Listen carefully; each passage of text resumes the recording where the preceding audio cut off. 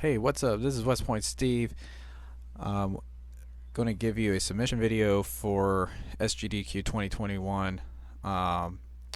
So here we go. This is my go-to game. TMNT 2, the arcade game for the NES, classic beat 'em up, based off the arcade game from 1989. I'm just going to point this out to you right now. You've had TMNT. You've had TMNT 3, you've had TMNT 4, and you've had Hyperstone Heist. You've even had the arcade. You have not had this game in a GDQ. I would feel that this is the best opportunity for this game to be in a GDQ. I'm going to really fight for it right now in this stream and in this submission video. I really believe that this game needs to be in a GDQ. And the reason for that is that this game has had a good long progression of things happen. This at the moment has this game has changed over the last year. I currently hold the third place time now. At the time of this video is the world record run of the first 26-minute run that was ever recorded of this game, and I've been trying and fighting for this game to get into GDQ for the last few years, and so I think it's time. I think it's time that this run be showcased. No matter what, a good 27-minute run will probably be likely happen. Doesn't matter between the top 3 runners. It would probably happen that that a 27-minute run would happen here. I would estimate it between 29 minutes, the 30 minutes tops. But I guarantee you, it's not going to go any slower than 29 minutes. The top 3 runners have got it down to the point where it's like it's 27 minutes no matter what. And I just to give you an idea, I've when I first started this run, and we'll go into the detail, and I'll start the run right now. Give you guys some detail that it started with 28:30 a few years ago. The previous record holder was Junkyard Dave, and him and I went through a progression of trying to get the world record, trying to beat world records, and all that good stuff. And so this is the run that really has set it apart. And finally, some other runners, Umquat and Skunky 48, have finally beaten this time since then. But I'm the one who's pioneered it, and I've been trying to get it into a GDQ for a while. So let's get the run going, and we'll talk about how things have progressed over time. So we were playing as Raphael is the best player in this game. He holds a different pixel window versus the other 3 turtles in the game. He has a 4 pixel extension to his special attack and to any of his regular attacks, which is a very important thing to this run. I'm also playing off the Japanese version, which is the fastest of the runs between the PAL and the US versions of the game. PAL being the slowest, obviously, and for obvious reasons. PAL NES is the very slowest. But the Japanese version is the fastest due to the idea that we can do dive kicks to kill enemies, whereas the US version you will not be able to do that. So we would do this run off the Japanese version because it is the fastest and most loved between the different versions of the game. And so here we go. We are going into the first boss fight. This is going to be rock steady, and we can get an infinite hits on him. What I'll do is stand right here, right at this desk, hit him once, he'll go to this corner, and then you'll get into a nice pixel perfect spot where you can just do this repeatedly over and over again. The first 2 boss fights are exactly like this, where you could just take out the boss fight in just seconds, and Shredder comes out, takes April, goes out the window. Because, you know, that's how we escape. We can just escape out of the window, and everybody's going to be safe and fine. But here we go. We are already in stage 2, and some things that you're seeing that I'm doing is what we're doing to utilize the special attack is we're trying to take out guys as soon as they come into the screen. And the faster you take out enemies as they come in, the faster this game goes. And that was something that I discovered over the time playing this game that originated from me noticing that you could take out enemies far quicker quicker than we did originally when we started speedrunning this game. Just taking them out just like that as they kick in, it makes the time so much easier. Alright, so here we go. Don't swing at the girl, just let her go by. Alright, with that said, another thing that we're doing in this game is different from the US version, is that we are doing a special attack using B and A, and what we're doing in the US version is that we do both B and A at the same time. In the Japanese version, we do not have to do that. We can hold B and press A the entire time, and the special attacks can go really quickly. And so as we are playing along, I'm holding B, pressing A, and that's how we are utilizing the special. Now, just what you just saw there, that is called a twist slash, and what you could do in the Japanese version compared to the US is that you could turn the turtle in both directions on a slash. So if you have two enemies come in, then you can easily hit them in both directions. Alright, so here we go. We have the Bebop Fight. There's several ways you could set up this fight now. This is one of them. You just set it in the tire, and again, it's an infinite, and so your pixel range is just far enough that you can just take out Bebop in just seconds. And so just like that, we are now into stage 3. The first 2 stages go by really quickly. They're by far some of the fastest in the game, just due to the boss fights and that good stuff there. Alright, notice that I'm also utilizing the dive kick. The dive kick is very important in this game. It takes out enemies very quickly in one kick. US version, you would need 2 kicks to do that. That's due to health points on the Foot Clan, and you just can't get rid of them just that quickly in the US version. So this is another reason why we do the Japanese version. It's a lot faster, it's a lot quicker, because of that dive kick alone. And so there we go. Alright, so a couple other things to notice is the points value. The points value is very important to note here. In the US version, it takes a long time to get extra lives. In the Japanese version, it does not. So I'll get my extra lives up to about 7 here or so by the end of the game. I'll have a lot of lives by the end of the game, and it's just that crazy and that easy. Whereas the US version, you're more prone to maybe have a couple of lives left, and it sets up maybe a dangerous situation when it comes to facing Shredder at the end. But in this game, we don't have to worry about that. You'll have plenty of lives. It's a safe run. It's a very safe run. There is no reason to even just say that it won't happen. Here's the Baxter Stockman fight. He just goes around in circles. You can get about 3 hits as he's going around. You're trying to utilize the special attack more. Special attack actually yields off 4 hit points versus the dive kick, which is 3. So you're trying to get as many of the special attacks as possible. And there you go. That's basically the fight. It's a pretty good fight.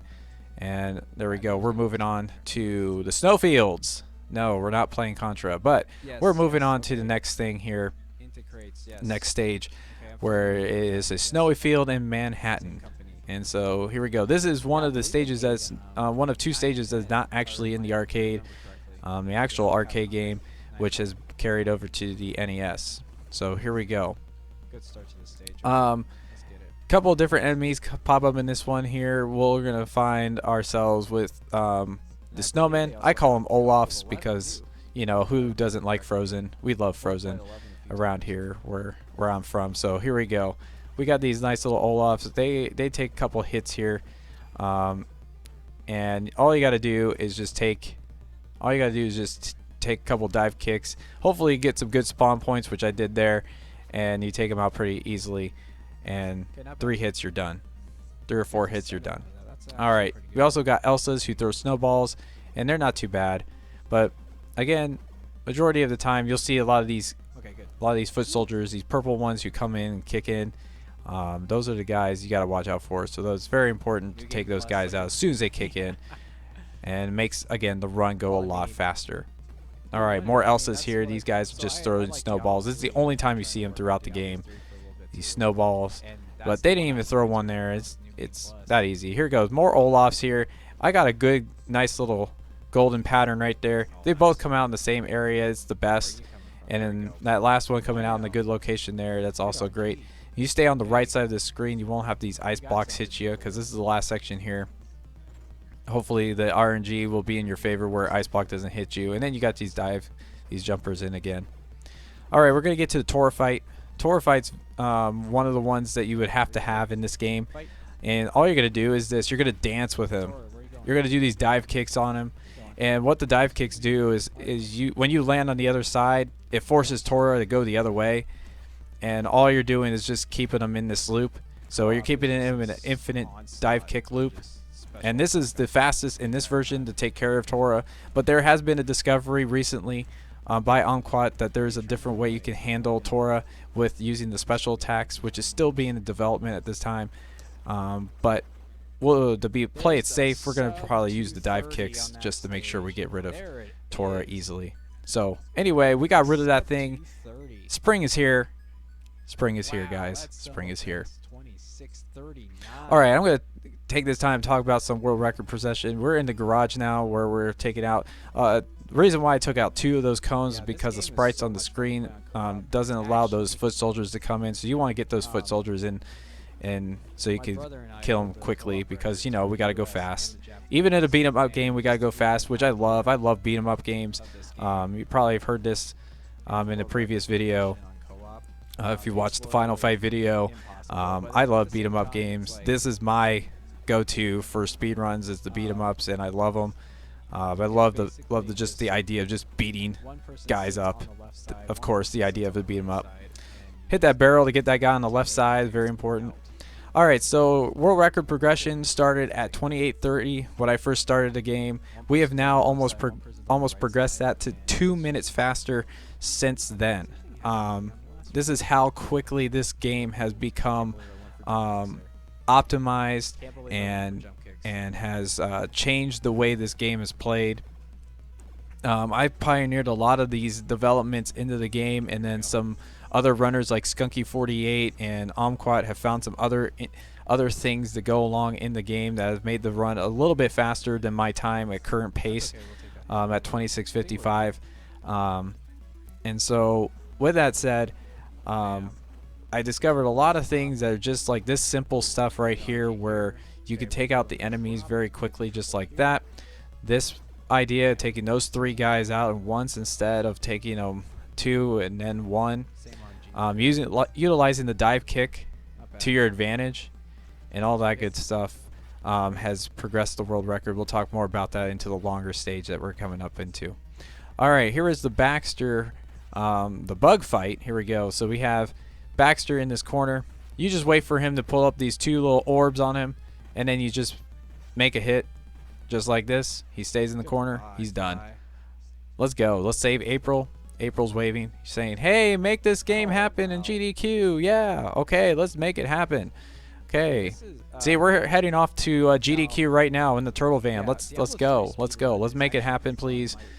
She owes us one. You gotta owe us one here. Give us TMNT 2 into GDQ. All right. So here we go. We're on the highway, and this stage is pretty basic. You'll just have guys coming in and out. This will probably be like the best opportunity to read donations, because it's gonna be a long, long stream of guys and enemies. Nothing really fancy to talk about here. Just taking enemies out as I'm utilizing dive kick and special attacks, and that's all I'm doing. There's the little roadkill Rodney strat. I could explain that earlier or later in the game, because you'll see roadkill Rodneys again. Anyway, what we've seen in this game is that 2-minute progression. There's some there's some of these things, like I said, the dive kick utilization that I'm doing right there has helped this game a ton. It just takes out enemies faster. It also helps you get into one side to another a lot faster, and that has helped the idea of making the time go faster and faster over time. Just having dive kicks, knowing where enemies come out as well, is also helpful. The RNG timing of the game has like a 4-second wraparound universal timer that's going on throughout the whole game, and that's helped us figure out also optimizing where enemies are coming from, where they're spawning from, the likelihood of where they're going to come from. Which, by the way, if you noticed that I'm staying more towards the top of the screen versus the bottom, because most of your enemies spawn from the top. And so just like that, I can kind of guess where guys are going to be. I'm trying to predict where enemies are coming from based on the RNG and the possibility of those guys being there. So that has helped this game progression a ton. Here's a helicopter strat. Helicopters can go down in 4 special attacks. They come in as slow or fast, and that is one of the things I found out through playing this game. One of the reasons why this game got faster is because of the helicopter strat. If helicopters are coming in fast, then you would have to do the normal A-B press that you would do in the US version, because that actually gives you a higher special slash. And just like I'm doing right there, I was able to utilize that fast helicopter because of that. And so what I normally do is I do a A-B slash no matter what, just to see if the helicopter is coming in fast or slow. And there you have it. That's how you do helicopters. Helicopters is very simple and easy. Originally, we didn't think it was that hard. We originally started with like a dive kick and then did 4 specials. We've maximized it now into 4 specials only, and somehow somebody crashed the van, and I still want to know who did. And these Mausers are taking Splinter away. Splinter, you can jump right off. I know you can. Anyway, let's go into the factory now. So the factory, again, it's just taking out more enemies. It's fast, but this little strat here I discovered again right after those 5 Mausers. You just go down to that right corner, and you have like a 50-50 chance of having that foot soldier pop out in the bottom right corner. And if he pops out in the bottom right corner, that is the best strat there, and then you're good to go. These blues are very easy. There's always one blue on the right, and then the rest come from the left. And then you got these nice little lasers that you have to avoid while trying to defeat gunners, which are probably the worst of the foot soldiers in the game. But just like that, you take them out. All right. Another optimization strat that we found out was also in this stage, and it involved the drones. The drones was something that we were like, okay, is there any way possible that we can make these drones go down a little bit faster, a little bit easier?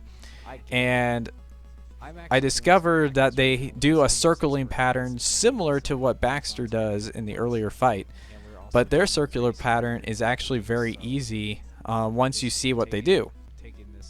And so we're about to hit those drones here in a second. And again, just taking out enemies super fast. Boom, there you're done. Okay, so here we go. We're going to show you how the drones work.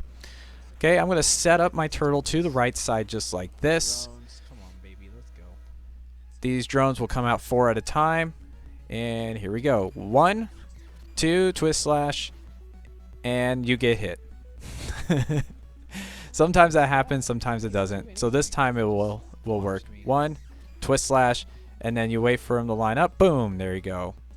Okay, actually it takes a bunch of laser shots to actually to take out and just throw the turtle. If you're in the air though and you get hit by a laser, it sends you flying. So that's the one thing you don't want to have happen. And I had it happen to me in the first place. But that drone strat has saved a bunch of time in taking care of drones, because utilizing the twist slash has helped in this situation. So here we go. We're going to do the Grandador fight. Grandador fight is just, you just stay over here to the left side and you just do this. You get about 4 hits in each time, and yes, you can do it in one fall swoop where you will not lose a life. and you just hit here, and I'm just holding B, pressing A the entire time. Get hit, move a little bit, wait a half second, and then boom, you start hitting again, and there's your fight. Alright, something that Omquat and Skunky have optimized is a little bit more of what this next stage is, the Shogun stage, the Dojo. This stage here is another one of those stages that is not an arcade game, but it is the worst stage in the entire TMNT 2 speedrun. It is the worst stage. This is where runs come to die all the time. So if you're on world record pace, I would hold your breath until you get if you get past this stage and you're still on world record pace, then you are looking pretty, because this stage is where runs come to die. So here we go. We got these. I call these guys orangutans. They look like robotic orangutans in a way that come in. They take a couple hits, but all you do is just do 2 hits with the special attack and they're done. They're pretty easy. They're not very tough. All right, and then we got these guys coming out. Oh, now they're making holes in the carpet. Look out, holes in the carpet. That's because that's what we want. But you know what? Let's make 3 and let's do a triple kill just like that. Cool little thing I found out there was that after the triple kill, they either come 2 on one side, whether the left or the right, and they're very easy to take out.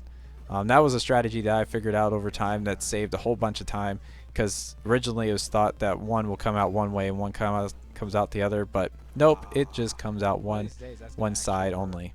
Alright, watch out for these bamboo sticks. No, they're trying to get you. Nope, don't do it. Okay, so then one of the strats that Skunky and Omquat have optimized a little bit more is his first tiger. This is the original tiger strat here. You do 2 specials, a normal, special, and then you get to this spot here where you could do an infinite loop with the tiger. It's easier to set up here in the second one, and this one here is easy to set up.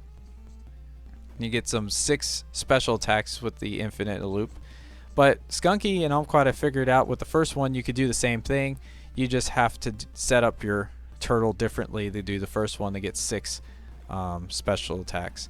This is where one of the areas where the run comes to die is where these scorpions come into play. I had very good scorpions there, safe on both sides, 2 on one side and 1 on the other. That's where you want them. You don't want them on both sides, because then it gets really ugly after that. But then there was also good orangutans, because those guys came on the same side, and that's very, very unlikely. One of the few times that I set up to the left side of the screen is right here in this section. I kind of noticed that most of the RNG came from the left side when you did this section. So that's one of the few times you actually go to the left to utilize getting rid of these jumping attack guys. Now here's one of the worst boss fights in the game. Omquat's actually found a faster way to take care of Shogun. This is the original strat. 2 hits, smack, 2 hits, smack, 2 hits, smack, 2 hits, smack, 2 hits, smack, 2 hits, smack, 2 hits, smack, 2 hits, smack, 2 hits, smack, 2 hits, smack. That's the fight with Shogun. The original fight that I developed and noticed the pattern with Shogun, that he allowed you to do 2 hits before he would smack you, and there you go. Alright, so now we're getting on to the Technodrome. So if you add a world record pace up to that point, you're most likely not to get it, because sometimes that Shogun's heads will pop off, and it basically loses about 15 to 20 seconds in your run once his head flies off. So if the head flies off, then it happens. It happens. We've had it happen in marathon runs before. I played this in Retrothon. I played this for Pixels for Peace marathon. I played this for our Pizza Time marathon that we do annually now. We're actually in the 3rd year of doing Pizza Time, and that's a very, very fun marathon strictly for turtles, and we're actually doing it for charity this year for Save the Turtles charity, and that's going to be a lot of fun this year in May. Alright, so like I said, Skunky and Omquat hold the record. Skunky was able to beat my record first in the beginning part of last year, and then Omquat set the record this past year about a couple months ago. I think it was about March or February that he did that. And so I was able to get the first 27 run with these old strats. As you can see, that a lot of these strats that I'm doing right now are the typical strats that most of the good runners will use, except for now that we got the new Trogfight that's still in development, and the Shogun fight, which actually saves both of them save about a couple seconds if you get the right pattern that you need for that. And again, like I said, it's all about the 4-second window global timer that's going on throughout the entire game. As you will see here, the Shredder fight is not going to be probably not going to be the God fight that we want. But if we're at a certain pace, it could be possible that we get the perfect Shredder fight that we want. We call this the Hyphy Strat, by the way. You will not get hit by those black balls. You could just stand there on the bottom and you won't get hit at all. We like to call it the Hyphy Strat because it was found by Hyphy RS, and he was like, hey, you know, what if I just stood down here? And he stood down there and he realized he didn't get hit, and he's like, yay, I could take a little break. So we could drop the controller, take a break, and here we go. Okay, roadkill Rodneys. This is the setup again for roadkill Rodneys. It's going to get shown again. You'll go to the right side and you'll do a dive kick over to the left and merge them together so you can kill all 3 of them at once, just like that. And takes 4 hits, done, and we're moving on. General Trogfight is the last fight. Interesting fact about the General Trogfight before you begin. He hits the door off over here. And when he hits this door off, you can actually hit it, and you get like an insane amount of points. It's ridiculous, but we never go for it. But that's a little fun fact for you. If you time it just right, you can swing and use a special attack or something and get a major buttload of points added onto your score. But we're not going for it. Here's the General Trogfight.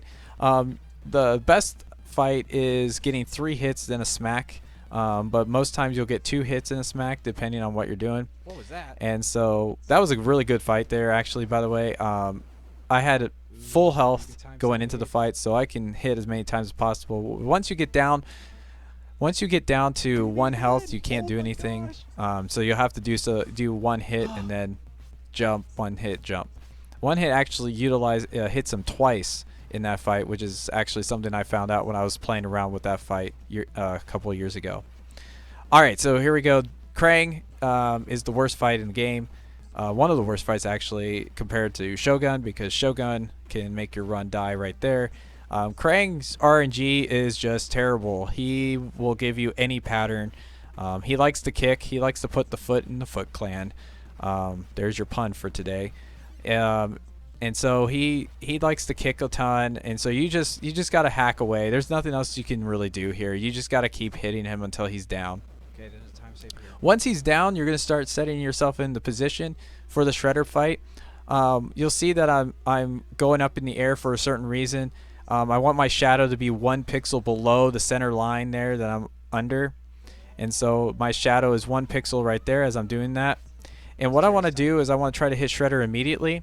And if I time it just right, and for what we're trying to figure out is that this happens. If you time the hit just right, the Ghost Shredder, which is on the left side and shooting this electrical wave at you, will just stay in this loop, and he will just stay there the entire time.